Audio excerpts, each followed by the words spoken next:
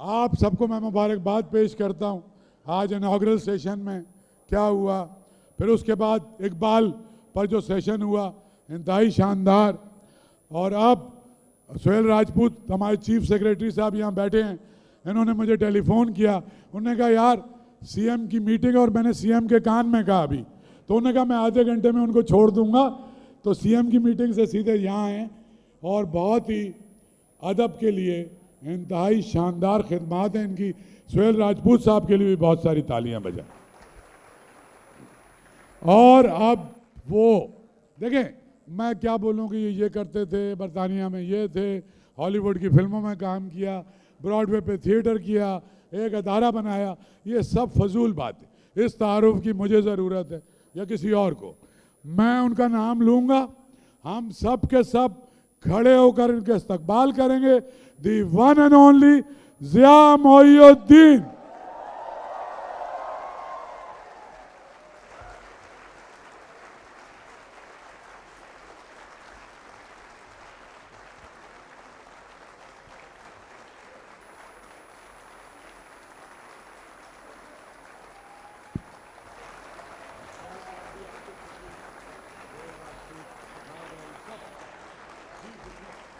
Please تشریف رکھیے. ایک درخواست اور ہے, یہ جو ایک شیطانی آلہ ہے اس کا گلا گھونٹ دیجئے, یا تو اس کو بند کر لیجئے. بند نہیں کرتے تو سارا سائلنٹ پہ رکھیے, اور یہ نہیں کر سکتے تو ہال سے چلے جائیے. آپ کا بہت بہت شکریہ.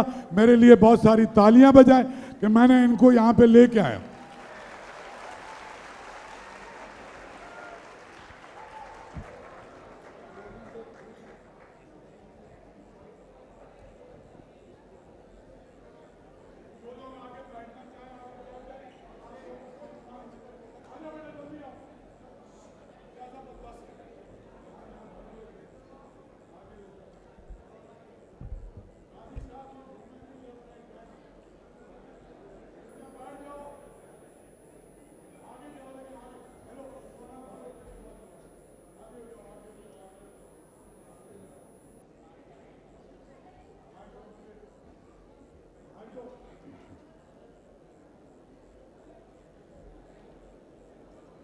ضیاء صاحب یہ نوجوان بچے بھی آپ کو سننے آئے, اور جتنے لوگ اندر ہیں اس سے 4 گنا لوگ باہر ہیں. اسکرین لگا ہوا ہے. جو خوش قسمت تھا ہال میں اندر آ گیا, جو ذرا کم خوش قسمت تھا وہ باہر رہ گیا. تو باہر والے بھی تالیاں بجائیں, اندر والے بھی تالیاں بجائیں.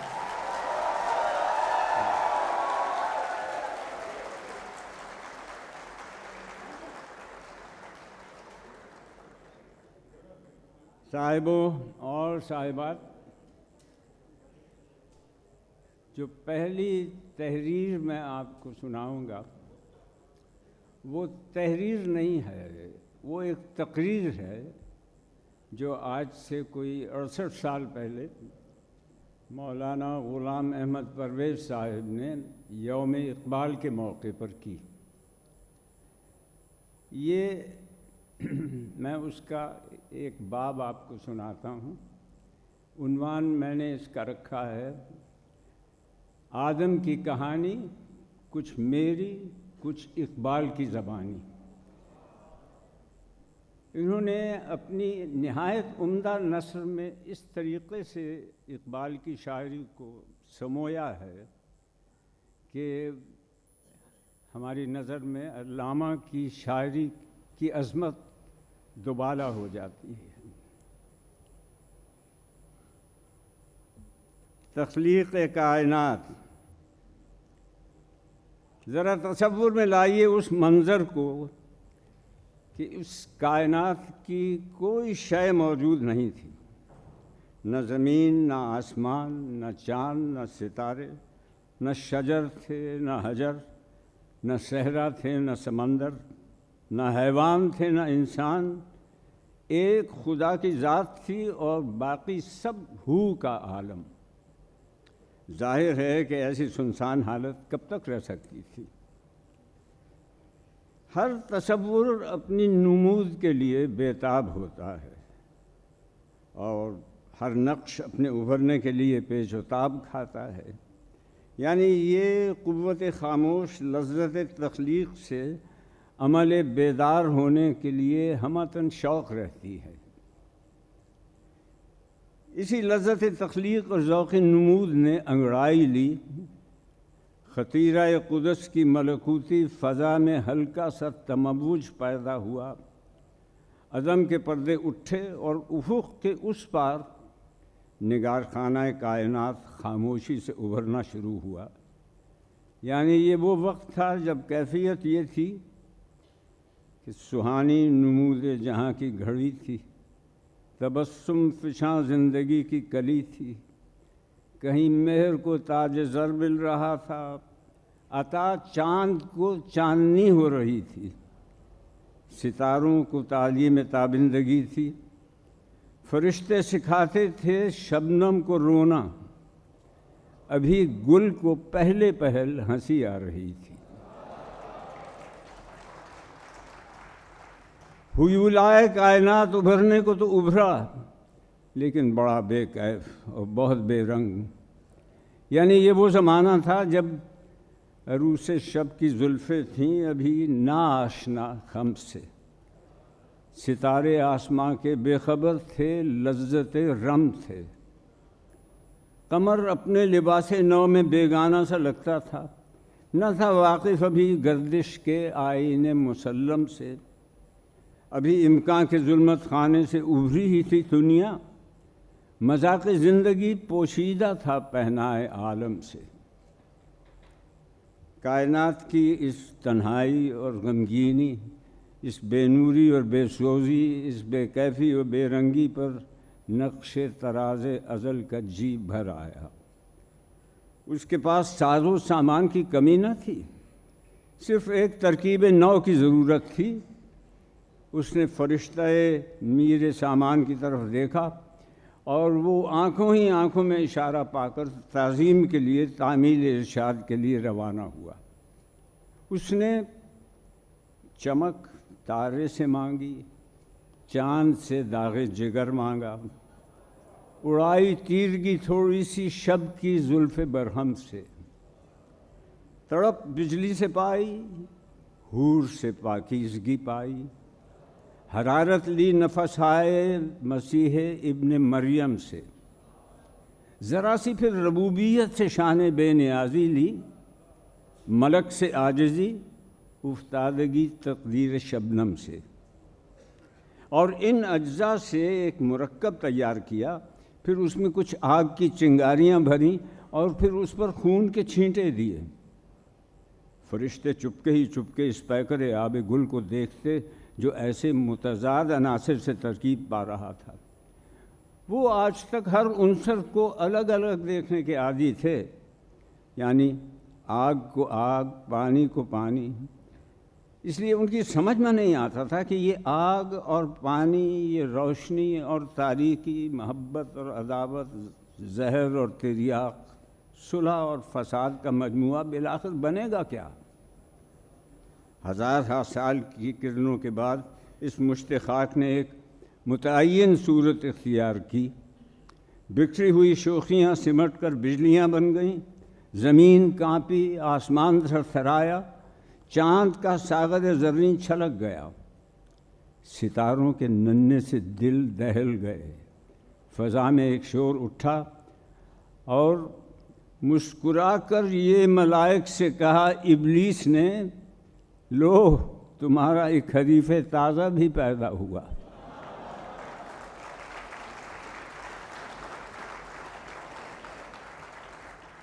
فرشتے اس پیکر خاکی کو دیکھ کر محو حیرت تھے کہ بالآخر اس میں کون سی خصوصیت ہے جس کی بنا پر اسے تمام کائنات میں سب سے اونچے مقام پر بٹھایا جا رہا ہے۔ خلاق فطرت نے ان کا استحجاب دور کرنے کے لیے آدم کو باغ جہاں میں بھیج دیا، جہاں ہر شے ایک خاص انداز سے رکھی گئی تھی، کسی کو مجال نہ تھی کہ اس میں ذرا سی بھی تبدیلی پیدا کر سکے۔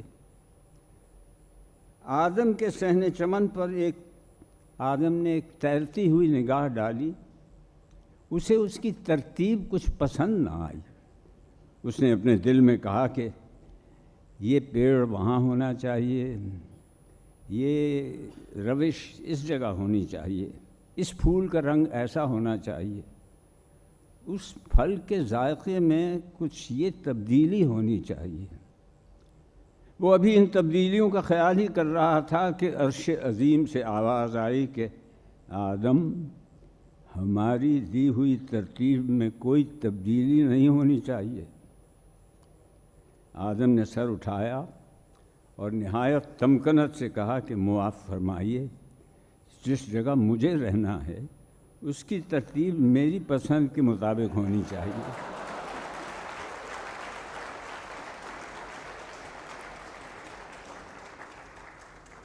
آدم کے اس جواب پر صحن چمن سے دور سے ایک طرف سے بلند قہقہے کی آواز آئی، جس میں ابلیسانہ سرکشی کی گرج محسوس ہو رہی تھی۔ فضائے چمن میں سناٹا چھا گیا، معصوم فرشتے سہم کر کونوں گوشوں میں جا چھپے، ہر شے اپنی اپنی جگہ ساکت و صامت انگشت بدندہ کھڑی ہو گئی۔ اس سکوت نے ایک دلکش آواز نے یہ کہتے ہوئے توڑا، یہی وہ اختیار اور ارادے کی قوت ہے جو آدم کی سرفرازی کی سربلندی کا موجب ہے۔ کشمکش حیات میں پرکیف جاذبیتیں ہیں تو اسی سے، اور کشاکش زندگی میں رنگین کیفیتیں ہیں تو اسی کے دم سے، اور بربت ہستی کے خوابیدہ نغمے بیدار ہوتے ہیں تو اسی کے مضراب سے۔ تم کائنات کی دوسری چیزوں پر غور کرو اور پھر انسان کی اس خصوصیت کو دیکھو، بات سمجھ میں آ جائے گی کہ ان میں اور انسان میں کیا فرق ہے۔ چاہے تو بدل ڈالے حیت چمنستاں کی، یہ ہستی دانا ہے، بینا ہے، توانا ہے۔ اب فرشتوں کو معلوم ہوا کہ اس پیکرے آب و گل میں وہ کون سی خوبیاں، قوتیں ہیں جو خوبیاں بن گئیں، جس کی بنا پر اس سے اس کائنات میں یہ مقام عطا ہوا ہے۔ اس احساس سے ان کی نگاہیں تعظیم کے لیے جھک گئیں۔ آدم خرامہ خرامہ نیچے اترا، اس کی جلو میں قطار اندر قطار اسے رخصت کے لیے ساتھ میں تھے۔ نسیم سحر کی طرح وہ آہستہ آہستہ ساتھ آ رہے تھے اور یہ نغمہ گا رہے تھے کہ عطا ہوئی ہے تجھے روز و شب کی بے تابی، خبر نہیں کہ تو خاکی ہے یا کہ سیمابی۔ سنا ہے خاک سے تیری نمود ہے لیکن تیری سرشت میں ہے کوکبی و مہتابی۔ تیری نوا سے اسے بے پردہ زندگی کا ضمیر کہ تیرے ساز کی فطرت نے لی ہے مضرابی۔ یہ خسروانہ جلوس بائیں شوکت و سطوت جانب فلک سے سوئے زمین آیا۔ خاک کے زرعی آنکھیں ملتے ہوئے اٹھے، سبزہ خوابیدہ جوش و نمو سے بیدار ہوا، غنچے چٹکے، پھول کھلے، چاندنی مسکرائی، سینہ بحر سے بیتاب موجیں ابھر ابھر کر دیکھنے لگیں۔ روح فطرت نے اپنے حسین چہرے سے نقاب اٹھائی، بربت ہستی کے خاموش تاروں میں ایک ارتعاش پیدا ہوا، اور ساز فطرت کی ہم آہنگی سے روح ارضی نے یہ کہتے ہوئے آدم کی طرف اپنا ہاتھ بڑھایا، کھول آنکھ، زمیں دیکھ، فلک دیکھ، فضا دیکھ، مشرق سے ابھرتے ہوئے سورج کو ذرا دیکھ۔ ہیں تیرے تصرف میں یہ بادل، یہ گھٹائیں، یہ گنبد افلاک پہ خاموش فضائیں، یہ کوہ، یہ صحرا، یہ سمندر، یہ ہوائیں تھیں پیش نظر کل تو فرشتوں کی ادائیں۔ آئینہ ایام میں آج اپنی ادا دیکھ، اے پے کرے گل، کوشش پے ہم کی جزا دیکھ۔ آدم نے اس کرۂ ارضی کا جائزہ لیا تو دیکھا کہ یہ تو ایک مٹی کا گروندا ہے جس کا نہ کوئی متعین نقشہ ہے اور نہ کوئی ترتیب ہے۔ سر پر آگ برسانے والا آتشی گولا ہے، چاروں طرف بڑے بڑے پہاڑ، ادھر ادھر سمندر کی محیط طغیانیاں، ڈراؤنے جنگل اور ان میں بڑے بڑے خطرناک درندے اور اژدہے، چاروں طرف خوفناک بلاؤں کا ہجوم، اور ان سب میں نہتہ ابن آدم بے کس و بے بس و بے یار و مددگار۔ شروع میں ان لرزہ خیز بلاؤں نے اسے دبانا چاہا، لیکن اس کے بعد اس کی مضمر قوتوں نے بیدار ہونا شروع کیا۔ اس نے پہاڑوں کے جگر شخ کر دیے، سمندر کے سینے پر کشتیاں چلائیں، بڑے بڑے مہیب طوفانوں کا مقابلہ کرنے کے لیے آہنی دیواریں کھڑی کر دیں، دریاؤں کے رخ بدل دیے، ہواؤں کی سمتیں بدل دیں، آسمان کی بجلیاں مقید کر لیں۔ غرض یہ کہ اس زمین کا پورا نقشہ بدل دیا۔ اس نے فطرت کی ہر شے کو اپنے مطلب کے مطابق متشکل کر لیا۔ اس شکست و ریخت کو دیکھ کر ایک دن اللہ میاں نے اس سے کہا کہ تو نے یہ کیا کر دیا؟ آدم نے یہ سن کر کلہاڑا ایک طرف رکھ دیا اور کہا کہ گستاخی معاف، ذرا اپنی اور میری تخلیق پر تو غور کیجئے۔ تو شب آفریدی، چراغ آفریدم، سفال آفریدی، ایاغ آفریدم۔ ذرا اس مخلوق کو سامنے لائیے جیسے تسبیح و تقدیس سے فرصت نہیں، اور پھر اس کے بعد یہ دیکھیے کہ میں نے اس دنیا کو کیا سے کیا بنا دیا ہے۔ قصوروار غریب الدیار ہوں، لیکن تیرا خرابہ فرشتے نہ کر سکے آباد۔ میری نوائے شوق سے شور حریم ذات میں، غلغلہ آئے علماں بت کدہ اس صفات میں۔ تو نے یہ کیا غضب کیا، مجھ کو بھی فاش کر دیا۔ میں ہی تو ایک راز تھا سینہ کائنات میں۔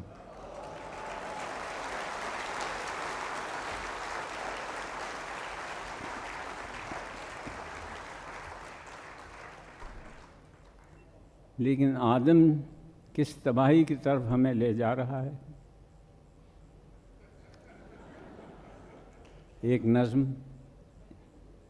حسب حالات زہرا نگاہ کی، عنوان ہے سنا ہے۔ سنا ہے جنگلوں کا بھی کوئی دستور ہوتا ہے، سنا ہے شیر کا جب پیٹ بھر جائے تو وہ حملہ نہیں کرتا، سنا ہے جب کسی ندی کسی کے پانی میں بے کے گھونسلے کا گندمی سایہ لرزتا ہے تو ندی کی روپہلی مچھلیاں اس پر پڑوسی مان لیتی ہیں۔ سنا ہے جس ہوا کے تیز جھونکے جب درختوں کو ہلاتے ہیں تو مینا اپنے گھر کو بھول کر کوے کے انڈوں کو پرندوں میں تھام لیتی ہے۔ سنا ہے گھونسلے سے جب کوئی بچہ گرے تو سارا جنگل جاگ جاتا ہے۔ ندی میں باڑھ آ جائے، کوئی پل ٹوٹ جائے تو کسی لکڑی کے تختے پر گلہری، سانپ، چیتا اور مکڑی ساتھ ہوتے ہیں۔ سنا ہے جنگلوں کا بھی کوئی دستور ہوتا ہے۔ خداوندہ جلیل و معتبر، دانا و بینا، منصف اکبر، ہمارے شہر میں اب جنگلوں کا ہی کوئی دستور نافذ کر۔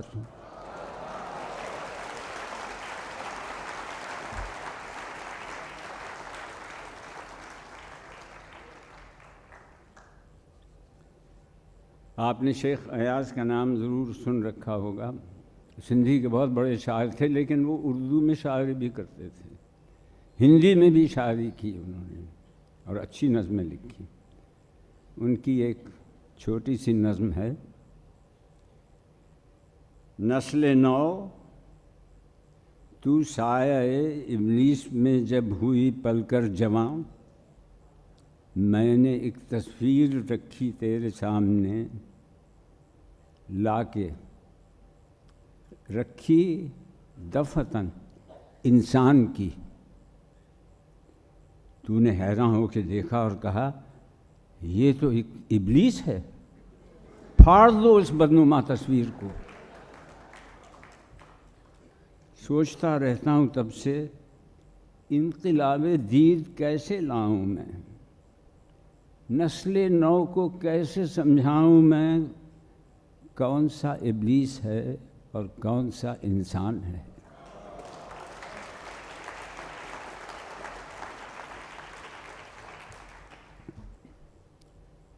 پچھلے دنوں مجھے سیدھی سادی زبان میں ایک نایاب مضمون ملا۔ اس کو لکھا ہے خدیجہ بیگم نے۔ اب میں نے خدیجہ بیگم کی اس سے پہلے کوئی تحریر پڑھی نہیں تھی، نہ مجھے یہ معلوم تھا کہ وہ کوئی مصنفہ ہیں۔ جب ذرا ادھر ادھر سے تلاش کچھ کی تو معلوم ہوا کہ ہمارے ایک بہت صاحب طرز معمور اور معمار کیا نام ان کا، کامل، استاد کامل خان کی والدہ تھیں اور مصوری بھی کرتی تھیں۔ اس مضمون کا عنوان ہے یادوں سے معطر۔ یاد نہیں کہ وہ امرتسر میں 1935 کے اکتوبر کی شام تھی یا 1936 کے۔ رشیدہ آپا اپنی ننھی سی کالے رنگ کی موٹر سے شور مچاتی ہوئی اتری اور ان کے قہقہوں سے بھائی جان کا گھر گونج اٹھا۔ کسی نے یہ غور ہی نہیں کیا کہ ایک دبلا پتلا نوجوان کھدر کا کرتا پاجامہ پہنے اپنی خاموش مسکراہٹ کے ساتھ دروازے پر رکا ہوا ہے۔ یکا یک رشیدہ آپا نے چونک کر کہا، خدیجہ ان سے ملو، یہ فیض ہیں، ہمارے نوجوان شاعر۔ ہم نے سر سے پیر تک ان پر نظر ڈالی، دل کو یہ ماننے پر مجبور کیا کہ یہ شاعر ہیں، مگر دل نے انہیں صرف نوجوان مانا، شاعر نہیں۔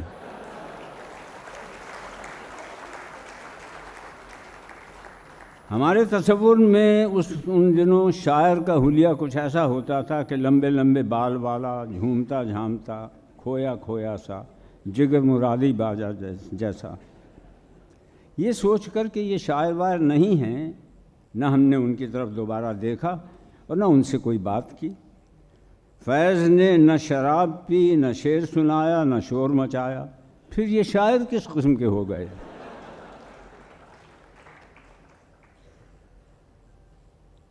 ہمیں یہ یاد بھی نہ رہا کہ کبھی ان سے ملاقات ہوئی تھی۔ 1941 میں رشیدہ آپا کے پاس لکھنؤ گئی، یہاں ادھر ادھر کی گھریلو باتیں ہوئیں کہ اس کے بعد یکا یک انہوں نے سوال کیا کہ تم فیض کو تو جانتی ہو نا؟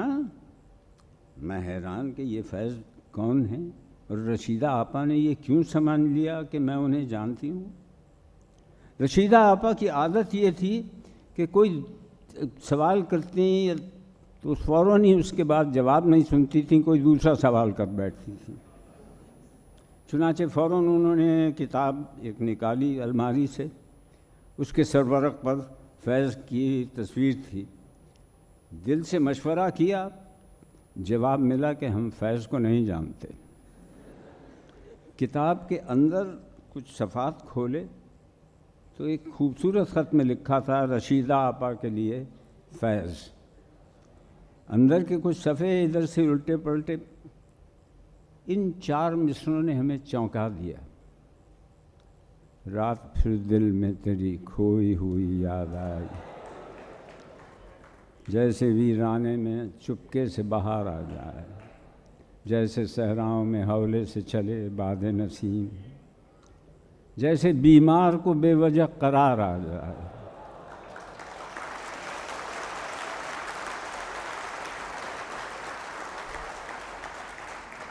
بات انوکھی تھی، زبان سادہ، لہجہ نرم، بہت اثر ہوا۔ بار بار یہ اشعار پڑھے۔ اس کے بعد ہم نے ہر رسالے میں فیض کا کلام تلاش کیا، مگر کم ہی نظر آیا۔ 1947 میں حال ہی سے دہلی میں ملاقات ہوئی اور گہری دوستی ہو گئی اور اکثر ملنا ہوتا تھا۔ حال ہی نے جب پہلی مرتبہ ایک فرصت گناہ ملی، وہ بھی 4 دن دیکھے ہیں ہم نے حوصلے پروردگار کے، گا کر سنایا، تو مجھے یوں محسوس ہوا جیسے فیض کی عظمت پوری کائنات پر چھا گئی ہے۔ ان کا ایک ایک شعر مجھے زبانی یاد ہو گیا، یا بالکل محاورے کی اور کہاوت کی طرح ہم لوگ فیض کا حوالہ دینے لگے۔ میں نے دل ہی دل میں فیض کا مجسمہ بنا لیا تھا، اسے کسی قیمت پر بدلنے کے لیے تیار نہ تھی، اس لیے ٹھان لیا کہ ان سے کبھی ملوں گی نہیں۔ ایک زمانے کی بات ہے کہ میں لاہور میں اپنے بھائی کی شادی میں گئی، ایک دم وہاں سے اٹھ کر چلی آئی۔ ہم سب شامیانے میں بیٹھے تھے، چلی اس لیے آئی کہ کسی نے آ کے کہا کہ فیض آ رہے ہیں۔ میں اس وقت تک باہر نہیں نکلی جب تک فیض چلے نہیں گئی۔ بات وہی تھی کہ ہمارے تصور میں ان کا جو مجسمہ تیار کیا ہوا تھا وہ کہیں پاش نہ ہو جائے۔ میں فیض کے متعلق ہر چھوٹی بڑی بات معلوم کرنے لگی، یوں لگتا تھا کہ مجھے ان کے ساتھ جیل کی 4 دیواری میں بھی وقت گزارنا پڑا۔ 1961 کی ایک شام آئی جب میں کراچی میں باجی سے ملنے گئی، باجی یعنی باجی بیگم آمنہ ملک۔ تو باجی نے کہا ارے تم ذرا پہلے آ جاتی، فیض آیا ہوا ہے اس سے مل لیتی۔ میں نے شکر کیا کہ اس وقت وہ حضرت باہر گئے ہوئے تھے، ورنہ یہاں تو ٹکراؤ ہو ہی جاتا۔ باجی کی گفتگو بھی ایک طرح کی ٹریفک ہوتی ہے، وہ دوسرے کو گفتگو کا موقع ہی نہیں دیتی۔ فیض کے متعلق بس ایک جملہ کہہ کر دوسرا موضوع چھیڑ دیا کہ ہائے کیا غضب کا زمانہ آ گیا ہے، قیامت کا زمانہ ہے، سگریٹ ملتے ہی نہیں ہیں۔ ہم نے تھوڑی دیر بیٹھ کر وہاں سے رخصت لی اور قریب کے بازار کی دکان پھر کر باجی کے لیے 3 کاسل سگریٹ کی 2 ڈبیاں خریدیں اور دوبارہ اوپر گئی باجی کو دے دیں۔ اب جو اوپر پہنچی تو میں نے دروازہ کھلا دیکھا اور یہ تھا کہ باجی تو دیوان پر براجمان تھیں، لیکن ایک صاحب سفید کرتے پاجامے میں ملبوس ٹہل رہے تھے۔ میں انہیں دیکھ کر کچھ ٹھٹکی، وہ صاحب مجھے دیکھ کر کچھ مسکرائے۔ باجی بولیں فیض تم خدیجہ سے کبھی ملے نہیں؟ فیض صاحب نے باجی کے سوال کا جواب نہیں دیا، بلکہ ایک نرم و نازک کے ساتھ میٹھی سی آواز میں کہا ارے بھائی ہم اب تک ملے کیوں نہیں ہیں؟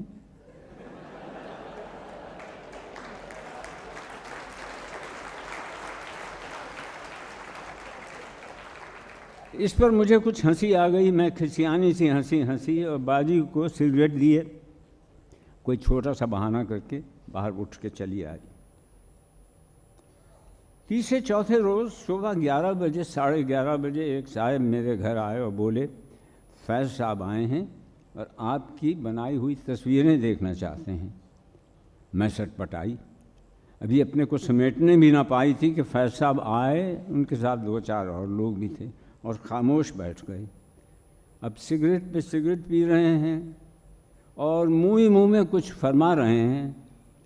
آدھ گھنٹہ ٹھہرے اور چلے گئے۔ تصویروں کی نمائش کے سلسلے میں مجھے 2-4 بار ان سے ملنا ہوا، پھر سے ملنا ہوا۔ افتتاح کے بعد زاہد بھائی، میں اور میری بھابج فیض صاحب کے دفتر میں کافی دیر تک بیٹھے رہے۔ 1-2 اور صاحب بھی مشہور تھے، سبھی بول رہے تھے سوائے فیض صاحب کے، وہ صرف مسکرا رہے تھے اور سگریٹ سے شوق فرماتے رہے۔ میرا دل دھڑک رہا تھا کہ کہیں مجھ سے وہ میری تصویروں کا ذکر نہ چھیڑ دیں۔ آخر ایک لمحہ ایسا آیا کہ جب باقی کے لوگ کسی اور موضوع پر گفتگو میں مصروف تھے تو فیض صاحب نے میری طرف جھک کر نہایت دھیمی آواز میں کہا ضروری ہے کہ آپ کی تصویروں کا میں ذکر کروں؟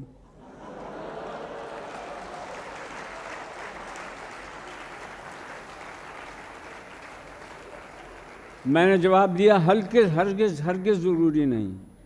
اس کے بعد میں نے چین کی سانس لی کہ چلو یہ موضوع تو ختم ہوا۔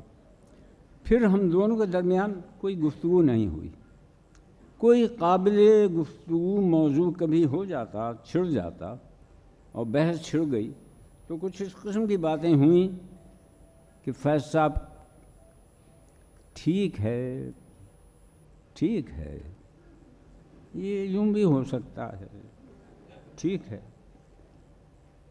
میں بیشتر محسوس ہوا کہ انہیں کسی طرح کے بحث کے تمام دروازے بند کرنا منظور ہے۔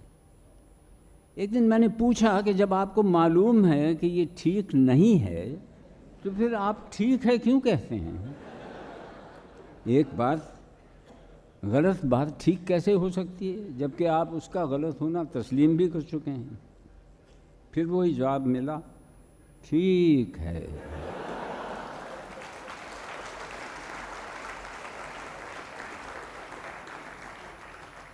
فرق صرف اتنا تھا کہ اب کی بار انہوں نے ٹھیک پھر ذرا زور زیادہ دیا تھا۔ فیض صاحب کی امن پسند طبیعت اور صلح آمیز مزاج دیکھ کر اور پرسکون باتیں سن کر میں حیران ہوتی تھی کہ یہ ترقی پسند باغی شاعر کسی طرح نہیں ہو سکتا۔ جو شخص دوست سے زبانی اختلاف تک سے گریز کرے وہ سماج اور نظام سے کیسے ٹکر لے سکتا ہے؟ دوستی اور بے تکلفی بڑھ جانے کے باوجود میں انہیں ہمیشہ فیض صاحب کہتی ہوں۔ ایک دن وہ مسکرا کر کہنے لگے، بھائی اگر تم مجھے اسی طرح فیض صاحب کہو گی تو ہمیں بھی خدیجہ بیگم صاحبہ کہنا پڑے گا۔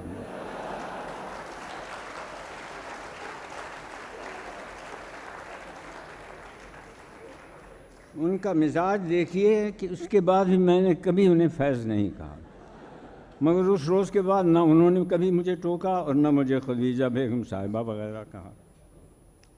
شروع دوستی کی بات ہے کہ کھانے کی طرف ہماری بے التفاتی دیکھ کر ایک دن کہنے لگے، تمہاری ہماری دوستی کیسے نبھے گی بھائی؟ کس طرح؟ نہ تمہیں کھانے کا شوق ہے نہ کھلانے کا۔ میں نے کہا کہ یہ تو دوستی میں رکاوٹ یا خلل کا سبب نہیں ہو سکتا۔ کہنے لگے، پھر خاموش ہو گئے۔ لیکن اس کے بعد لندن تک میں نے فیض صاحب کو بہت مزے کے کھانے خود پکا کر کھلائے اور بڑے چاؤ اور چاہت کے ساتھ، مگر میں نے یہ دیکھا کہ جو چیز نزدیک ہوتی ہے بس صرف اسی کو کھاتے ہیں۔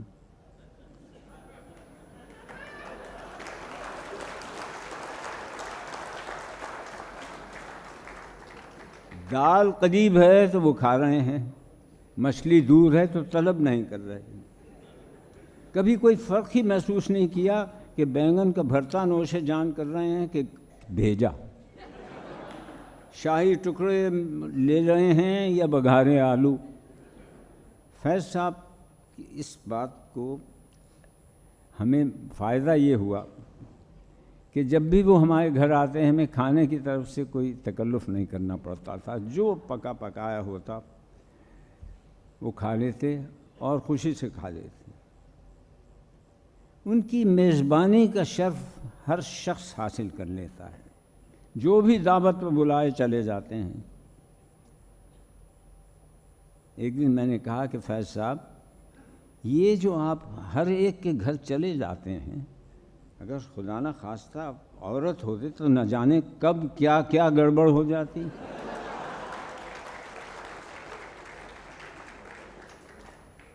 اس بات سے وہ بہت محظوظ ہوئے ہیں۔ ہم پر مدتوں فیض صاحب کی عظمت و قابلیت کا رعب رہا، رعب تو اب بھی ہے، اتنا ہی ہے، مگر اب ہمیں اسے چھپانے کا سلیقہ آ گیا ہے۔ تجربے نے ہمیں یہ سبق سکھایا کہ جب ہم دونوں اکیلے ہوں تو ضروری نہیں کہ کوئی بات ضرور کی جائے۔ بیشتر وہ خاموش رہتے، اس لیے ہم کو بھی خاموشی اختیار کرنے کا موقع ملتا۔ چنانچہ ہم دونوں بیٹھے ہیں، وہ بھی چپ، ہم بھی چپ۔ ایک بار انہیں آزمانے کے لیے کہ وہ ہماری گفتگو سنتے بھی ہیں یا محض سننے کی ایکٹنگ کرتے ہیں، میں نے اپنے بچپن کی سنی ہوئی ایک چڑیا اور چڈے کی کہانی شروع کی۔ ان کی محویت میری سمجھ میں نہ آئی۔ یہ کہنا زیادہ صحیح ہوگا کہ مجھے خیال ہوا کہ شعر سخن انہیں کسی اور دنیا میں لے جا رہا ہے، کسی اور دنیا کی گشت کرانے کے ذریعے وہ اس وقت ہیں، اور اب وہ میری طرف یا میری باتوں میں کسی طرح سے محو نہیں ہیں۔ چنانچہ میں نے اچانک وہ کہانی روک دی، بالکل خاموش ہو گئی۔ انہوں نے 5-10 سگریٹ کے کش لیے، پھر کہا، تو پھر اس سفید چڑیا نے پہلے چڈے کا خیال دل سے کیسے نکال دیا؟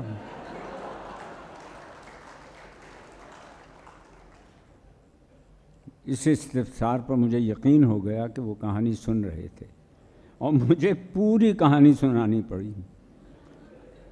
سمجھ میں نہیں آتا کہ فیض صاحب یہ کیسے فیض ہیں جو ہم سے ملتے ہیں تو نہ کوئی شوخی دکھاتے ہیں، نہ کوئی کسی طرح سے کوئی تڑپ محسوس ہوتی ہے، نہ غم، نہ غصہ، نہ شور، نہ شکوہ۔ انقلابی شاعر کس طرح کے ہیں کہ کبھی گفتگو میں سیاست کا رنگ ہی نہیں لاتے، شعر میں وہ موتی پرولتے ہیں، لیکن گفتگو میں بالکل چپ رہتے ہیں، محفل میں چپ چاپ رہتے ہیں۔ یہ تو سراسر بخیلی ہے۔ یہ تو بے حد دوست قسم کے انسان ہیں، لیکن اتنے اچھے دوست نکلے کہ اندر کا شاعر ہی غائب ہو گیا۔ ان کی خاموش طبیعت سے ہمیں کوئی شکایت نہ کبھی ہوئی، مہینوں وہ نہ آئیں، ہم نے کبھی شکایت نہ کی، ہمت ہی نہ ہوئی۔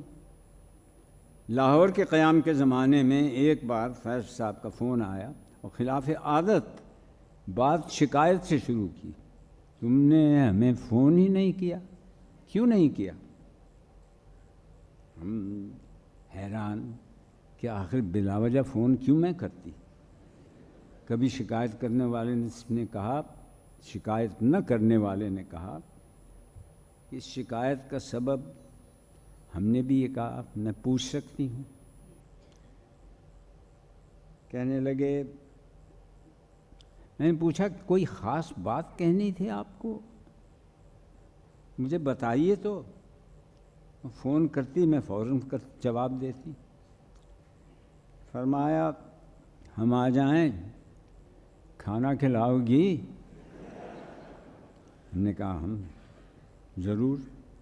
کہنے لگے کیا؟ ہم نے کہا دال روٹی۔ کہنے لگے پھر ہم نہیں آتے۔ میں نے کہا اور اگر نرگسی کوفتے، سیخ کباب اور مرغ مسلم ہو تو؟ کہنے لگے پھر آ جائیں گے۔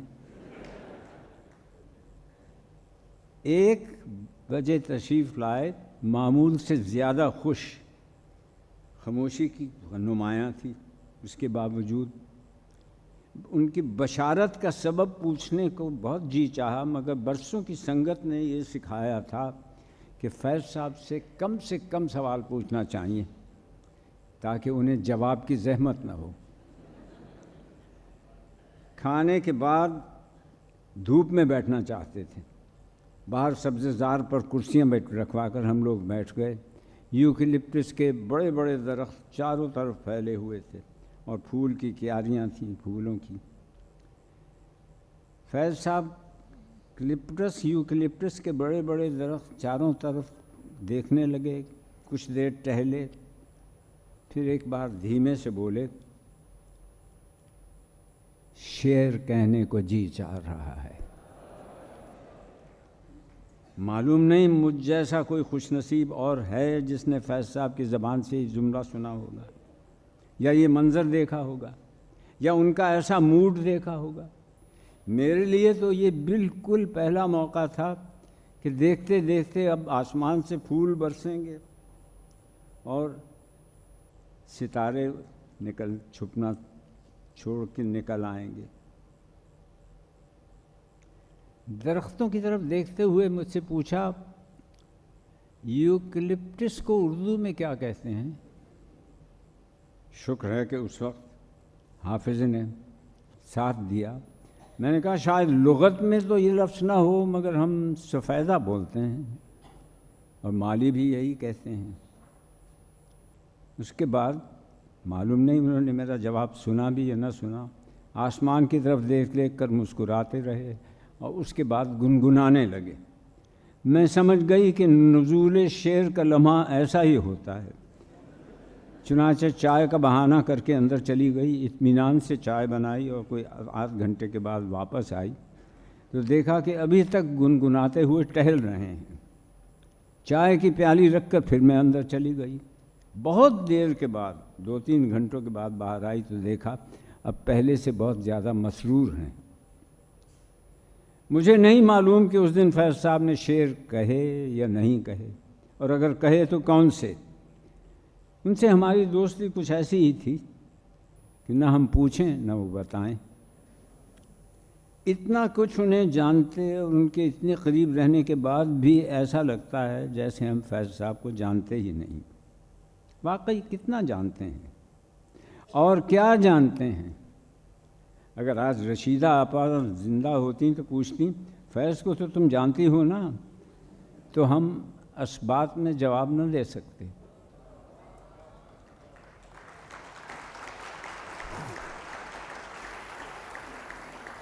خوش قسمت ہیں وہ لوگ جو کہ ہم رشیدہ آپا کو جانتے تھے اور وہ فیض کو جانتی تھیں. اس لیے انہی کے رشتے ناطے سے ہم یہ دعویٰ کر سکتے ہیں کہ فیض صاحب کو ہم جانتے ہیں.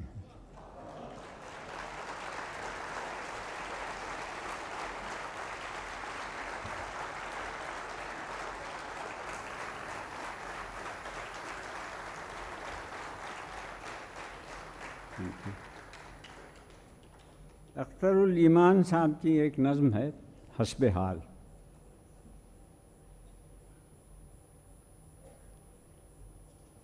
عظیم کام کروں کوئی ایک دن سوچا کہ رہتی دنیا میں اپنا بھی نام رہ جائے، مگر وہ کام ہو کیا ذہن میں نہیں آیا.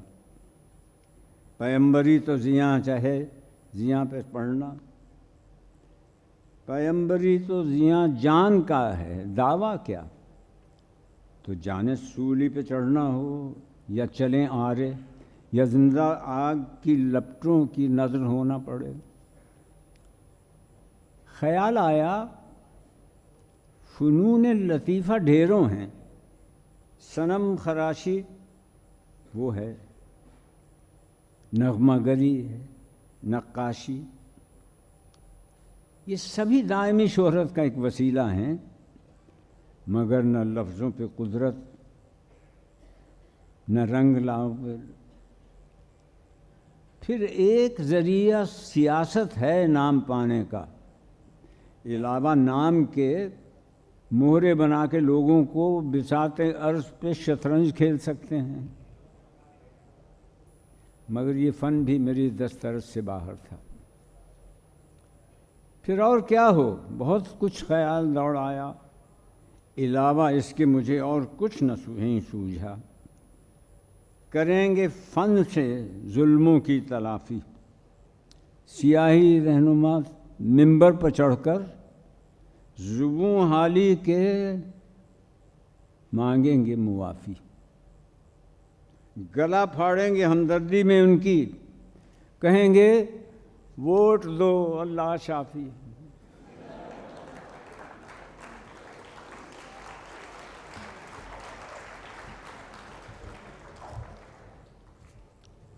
جناب مشتاق احمد یوسفی.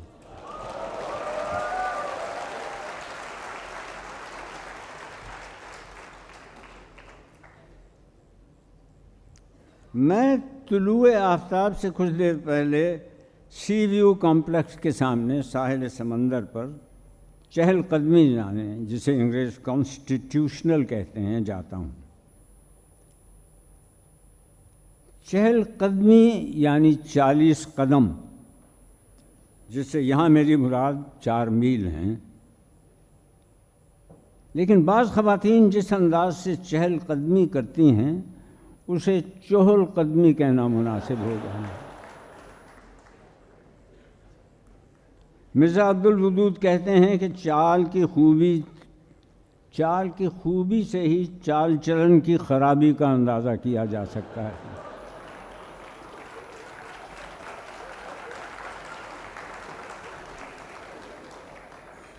اس قیامت کا نظارہ کسی کو سامنے سے آتے دیکھ کر نہیں ہوتا، پیچھے سے دیکھ کر ہی کھلتا ہے۔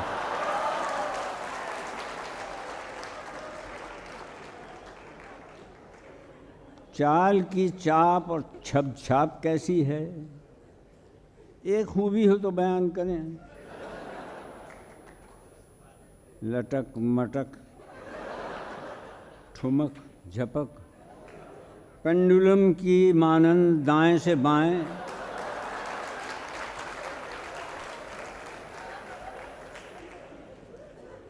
اس طریقے سے رگل کرنا اور دائیں بائیں لہرا کے چلنا خرام ناز کے قیامت ڈھانے کے انگنت انداز ہیں۔ یعنی لہتی لچکتی، لہراتی لجاتی، جگتی، گجگامنی، پیچھے مڑ مڑ کے دیکھنا کہ اب بھی کوئی گھور رہا ہے یا سبھی مر گئے۔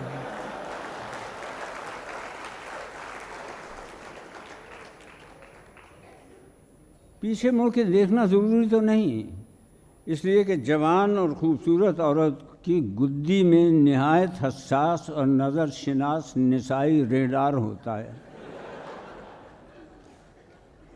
اسے صاف نظر آتا ہے کہ پیچھے کون کیسی نظر سے چلا آ رہا ہے۔ نذیر اکبر آبادی نے کیا خوب کہا ہے کہ آگا بھی کھل رہا ہے، پیچھا بھی کھل رہا ہے، یہاں یوں بھی واہ واہ ہے اور ووں بھی واہ واہ ہے۔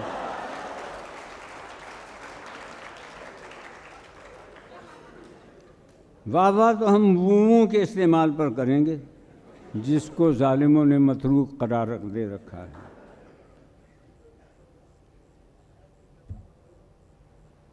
ہم تو سیدھے صبح واک کرنے جاتے ہیں۔ افسوس یہ ہے کہ واکنگ کا کوئی موضوع اور ڈھنگ کا مترادف کم از کم میری قلمی دسترس سے باہر ہے۔ ٹہلنا کے معنی علمی لغت مؤلفہ وارث سرہندی میں آہستہ آہستہ تفریح کے واسطے پھرنا کہا جاتا ہے۔ 22 جلدوں پر مشتمل اردو لغت مرتبہ اردو بورڈ میں ٹہلنے کے معنی آہستہ آہستہ چلنا اور مٹر گشت کرنا درج ہیں، اور سند میں یہ معتبر عبارت نقل ہے کہ استنجا کرتے ہوئے ٹہلتے اور کھلے بازاروں میں چکر لگاتے پھرتے رہنا۔ میں واکنگ کا ترجمہ سیر یا ہوا خوری کرنے کے حق میں بالکل نہیں ہوں، اس لیے کہ ان سے ایک ایسا عہد یاد آتا ہے جب امراء اور رؤسا اور شرفا پالکی یا تام جھام میں یا خود سے بہتر نسل کے گھوڑے پر سوار ہوا خوری کے لیے نکلتے تھے۔ ہوا خوری کی اس لیے اور ہوا خور کی اصطلاح مجھے اس لیے بھی نہیں بھاتی کہ ایک دم ذہن میں خوری اور خور کی دوسری صورتوں اور قسموں کی طرف جاتا ہے، اور سب کے سب واحیات ہیں۔ مثلاً رشوت خوری، چغل خوری، آدم خوری، شراب خوری، سود خوری، مردار خور۔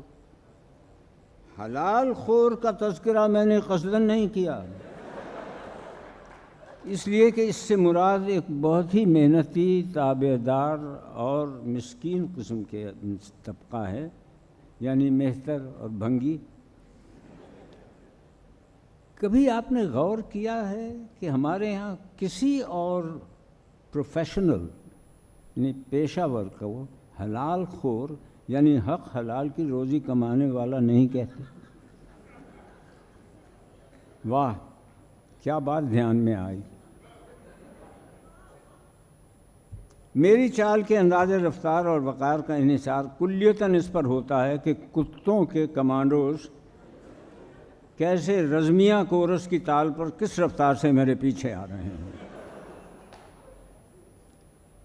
مگر کہنا پڑتا ہے کہ یہ کتے بہت ہی تمیزدار ہیں۔ تمیزدار اس وجہ سے کہا کہ کاٹنے سے پہلے خامخواہ نہیں بھونکتے، بلکہ نہایت ادب سے پیچھے سے پنجوں کے بل آ کر پنڈلی پکڑ لیتے ہیں اور جھڑجھڑاتے ہیں۔ ایک گدلی دھندلی صبح کا ذکر ہے کہ ایک خاتون نے، جن سے میرا تعارف نہیں تھا، اچانک مجھے آگے سے روکا اور بولی، سر یہ آپ سن رائز سے گھنٹوں پہلے سن گلاسز لگا کے کیوں آتے ہیں؟ میں ہکا بکا رہ گیا، کوئی جواب بننا پڑا۔ 3 دن کے بعد انہوں نے مجھے پھر روکا، وہی سوال دہرایا، مگر اب کی بار سر نہیں کہا۔ آپ سن رائز سے پہلے ڈارک گلاسز کیوں لگا کے آتے ہیں؟ اب کی بار میرا حیاؤ ذرا کھل گیا تھا۔ میں ڈارک گلاسز اتار کر جواب دیا، جو آپ سمجھ رہی ہیں وہ ٹھیک ہے۔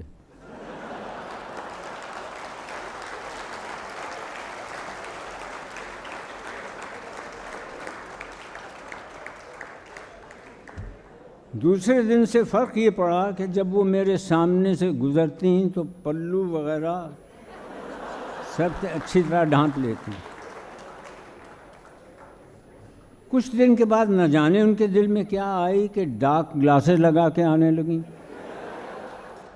جی تو بہتیرا چاہا کہ، مگر خیر، اسے واقعہ کہیے یا مچاٹا کہیے یا مکالمہ کہیے، جو جی میں آئے کہیے، اس کے 2 ماہ بعد انہی خاتون کو اسی جگہ ایک کتے نے کاٹا۔ کتے سے یہاں میری مراد کتا ہی ہے۔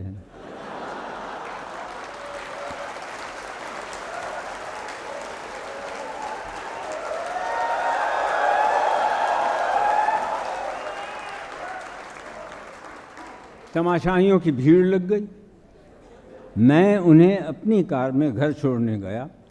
ان کا شوہر تو زخم دیکھتے ہی پاگل ہو گیا اور بآواز بلند کتوں کی عزیزوں کے بارے میں ایسے جذبات کا اظہار کرنے لگا جنہیں نیک خواہشات کبھی نہیں کہا جا سکتا۔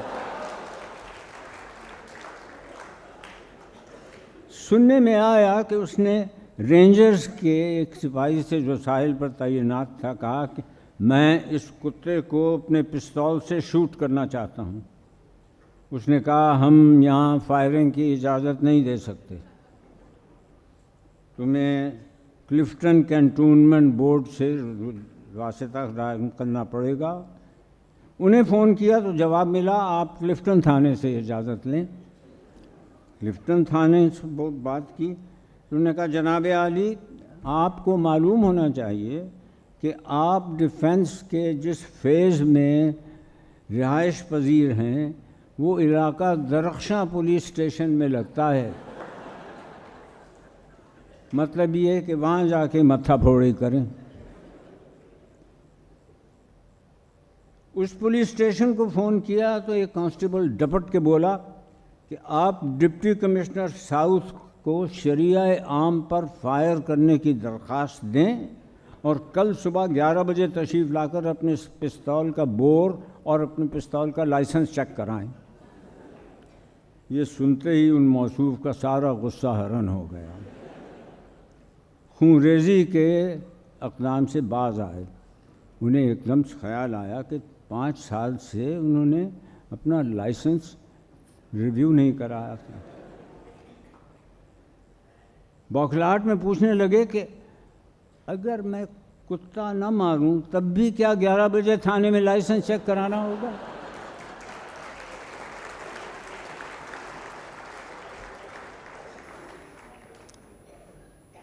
صاحب وہ قصہ ذرا لمبا ہو گیا، لیکن یہ ادھورا رہے گا اگر میں ان بزرگ کا ذکر نہ کروں جو انوکھے انداز سے صبح ٹہلتے تھے۔ وہ اس طرح کے 20 قدم آگے جانے کے بعد الٹے پاؤں یعنی منہ موڑے بغیر پیٹھ کے پیچھے 20-25 قدم چلتے تھے. وہ کئی جگہ ٹکرا چکے تھے. کئی خواتین بھی ان کے پچھلے بمپر سے ٹکرا کر تسبیح سمیت گر چکی تھیں. ایک دن مجھ سے نہ رہا گیا. وہ حسب عادت اپنے خلاف وضع فطری ساحل پر شنٹنگ کر رہے تھے. میں نے ان کے پچھلے بمپر سے بمپر ٹکرا کر انہیں روکا.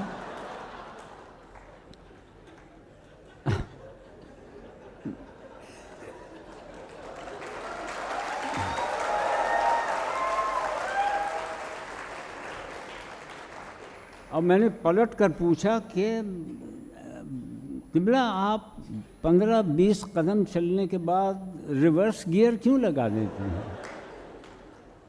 بولے اس سے کولوں کے وہ پٹھے مضبوط ہوتے ہیں جو سیدھا چلنے میں استعمال میں نہیں لاتے.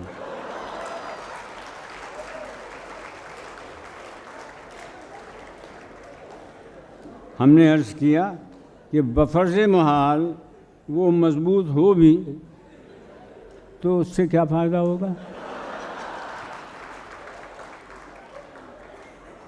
فرمایا پھر اسی سے میں دگنی رفتار سے پیچھے چل سکوں گا.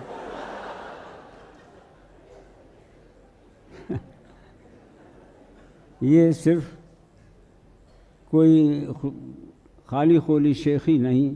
واقعہ یہ ہے کہ 2 سال کے بعد میں نے بچشم خود دیکھا کہ واقعی وہ دگنی رفتار سے فٹ پاتھ پر پچھاڑنے لگے ہیں.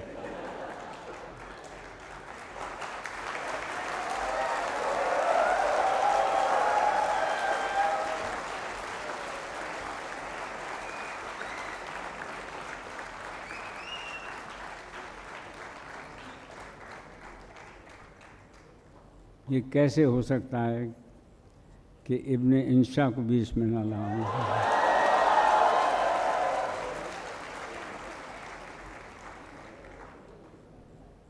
آپ نے شاید منو بھائی کا نام سنا ہوگا یا ذکر سنا ہوگا.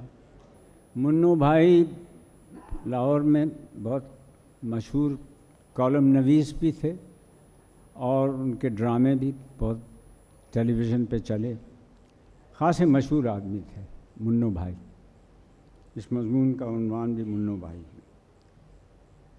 مائی ڈیئر منو بھائی، تمہارا نام بڑا گڑبڑ ہے. اس کے ساتھ القاب و آداب لکھنے میں بڑی الجھن ہوتی ہے.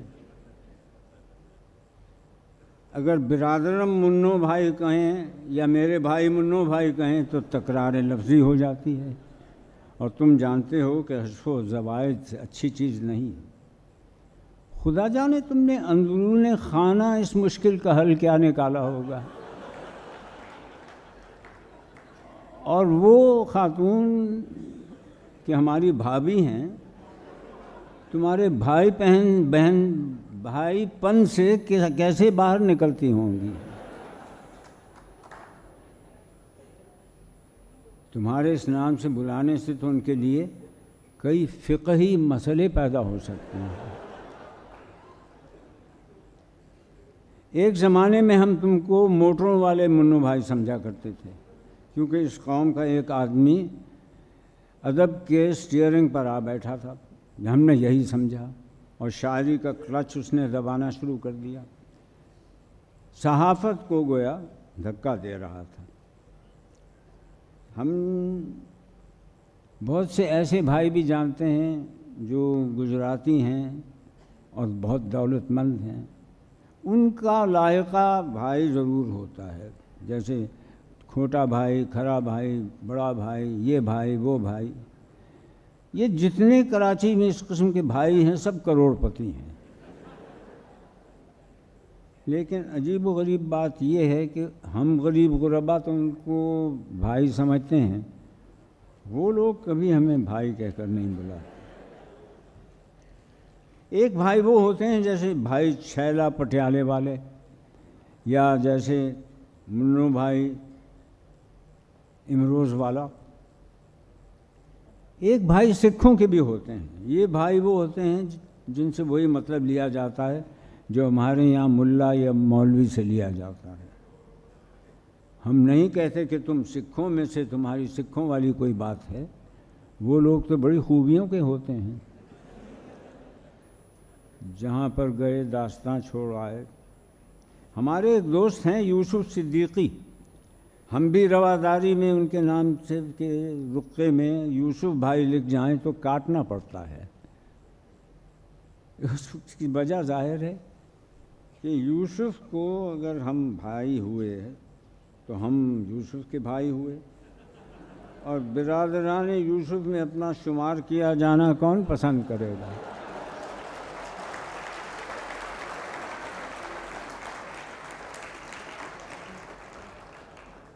شاید تم نے بھی یہ نام اس زمانے میں لکھا ہوگا جب حال ہی کا یہ شعر تمہاری نظر سے نہ گزرا ہوگا.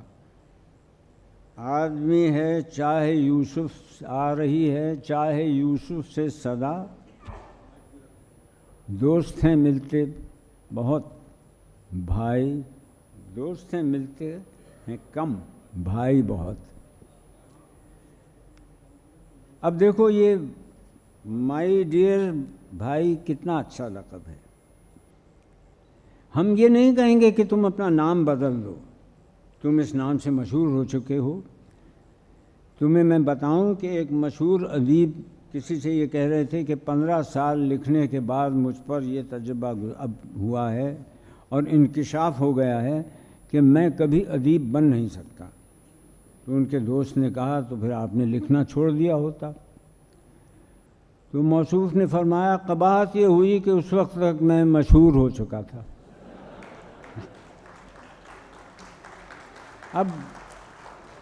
اب دیکھو یہ مائی ڈیئر کتنا اچھا لقب ہے. اس کا مطلب ہوا میرے پیارے منو بھائی.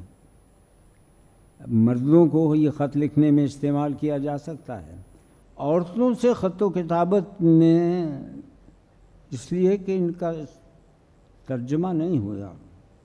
اگر ہوگا تو بڑی قباحتیں پیدا ہونے کا ڈر ہے. ہم تو اس کا ترجمہ کر سکتے ہیں، لیکن آپ کسی دوشیزہ کو مائی ڈیئر دل ہی دل میں تو سمجھ سکتے ہیں، لکھ نہیں سکتے.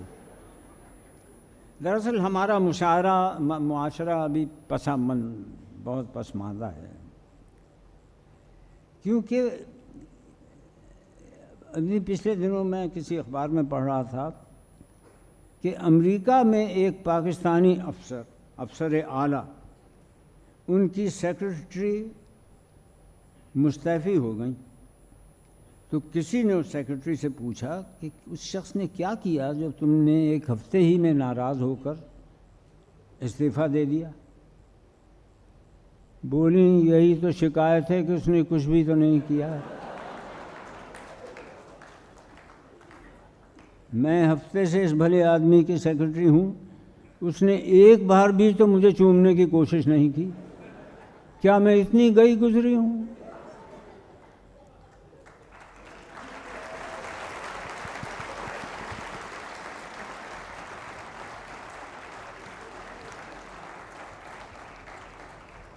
جو لوگ یہ سمجھتے ہیں کہ شادی ایک ایسی انسٹیٹیوشن ہے جس میں دو لوگ مل کر اس طرح رہتے ہیں کہ ایک دوسرے کو رہنے نہیں دیتے، ان کے لیے حقی صاحب کا یہ مضمون سننا بہت لازم ہے. میں نے ایک دن عزیزہ سے پوچھا، عزیزہ تمہیں مجھ سے زیادہ محبت ہے یا مجھے تم سے زیادہ محبت ہے؟ عزیزہ نے حسب عادت میری بات سنی، مگر اس کے کانوں تک ہی پہنچی ہوگی، ذہن میں اس کے نہیں آئی. وہ اپنا حساب کرتی رہی، صرف کہنے لگی.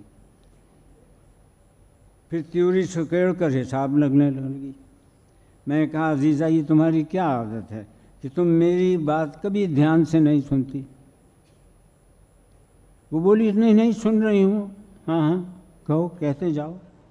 میرا خیال ہے کہ اس مہینے دھوبن کچھ 2 کپڑے کم لائی ہے، کیونکہ ہم نے اس کو پیسے بھی 25 روپے زیادہ دے دیے۔ میں نے کہا یہ بھی کوئی بات ہوئی؟ وہ بولی 35 اور 6 41 اور 2 3 44 اور 2 نہیں 45 اور 50 پورے، یہ تو پورے 50 ہوئے۔ میں نے کہا عزیزہ یہ بہت زیادتی ہے، کبھی تمہارے پاس میری بات سننے کے لیے کچھ چند لمحے بھی نہیں ہوتے؟ عزیزہ نے قلم ہاتھ سے رکھ دیا اور میری طرف پلٹ کر ہماتن گوش ہو گئی۔ اس کے اس طرح پینترا بدلنے پر میں کچھ چھٹپٹا گیا۔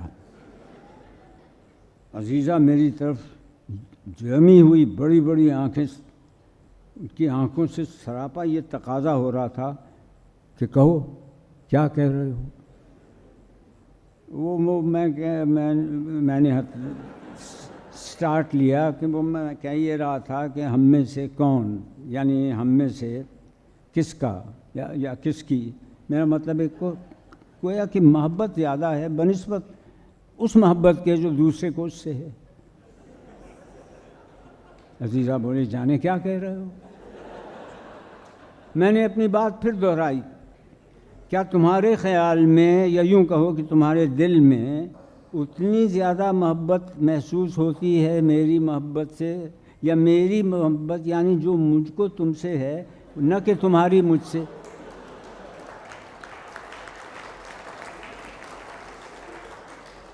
عزیزہ بولی میں سمجھی نہیں۔ میں کھسیانا سا ہو گیا۔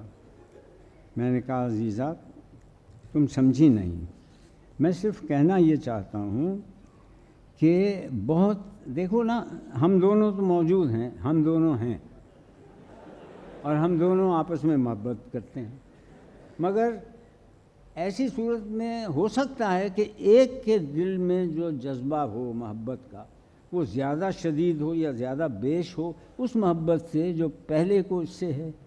تو ہمارے تمہارے درمیان وہ کون ہے جس کی محبت زیادہ ہے اس محبت سے جو دوسرے کو اس سے ہے؟ یہ دوسرا کون ہے؟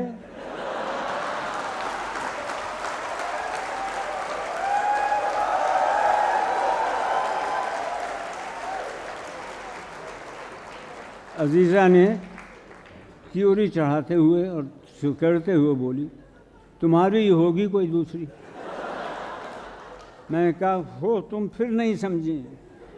میں نے بیچارگی کے عالم میں کہا دوسرے کا مطلب یہ ہے کہ ہم دو ہیں نا، ہم دو ہیں، پہلا میں دوسری تم، ایک تم، تو یوں سمجھو کہ پہلا میں دوسری تم، یا میرے خدا میں دوسری ہوں۔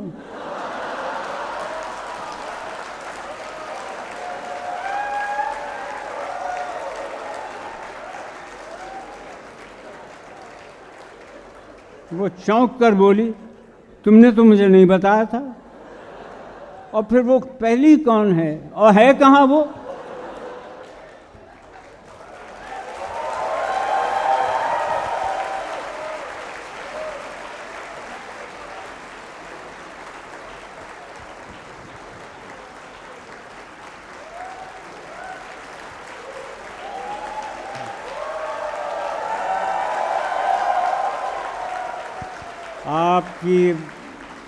آپ کی محبت، بے پناہ محبت اور آپ کی توجہ کا بے انتہا شکریہ۔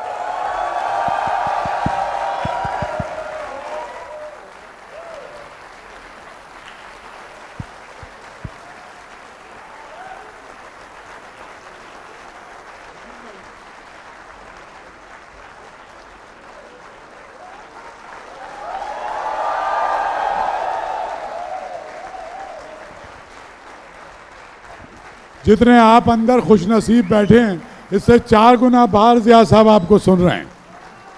آپ کی آمد کا بہت بہت شکریہ۔